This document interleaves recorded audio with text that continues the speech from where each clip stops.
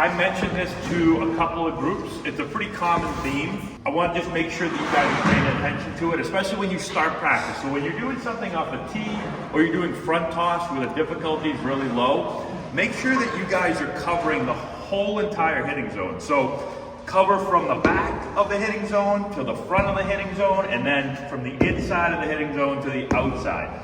Because I've started there every day this week, and for the first 10 minutes, where do you think most of the players hit the ball? That's what I'm flipping.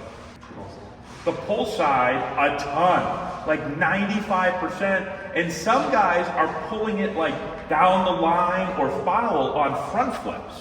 And that's not very difficult. It's nowhere close to the game. The game's going to be way harder.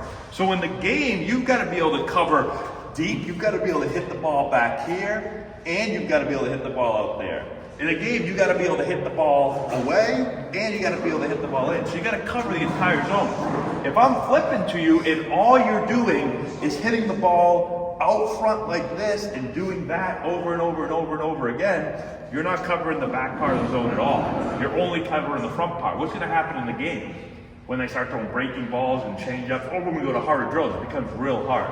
Right? So force yourself. Like if you went and watched a major league player get ready in a cage before a game, where do you think he's going to hit his first 10 balls?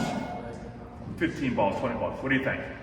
Right center. Right center for a righty, yeah. Most guys, you go watch like a major leaguer get ready, he's going to go boom, and he's going to smash like 10, 15 balls to right center field. He's ready. He's working on covering the back part of the zone. And then he'll start to slide up and he'll cover the middle, and then he's going to cover the front, and he's going to pull the ball. But he's going to hit it all over the place. He's going to work gap to gap. Right? So make sure you force yourself to do that. When you get off the tee, don't just go pull, pull, pull, pull, pull. Use the whole field. Work on the deep ball, work on the ball out in front, work on the inside ball, the outside ball, cover everything.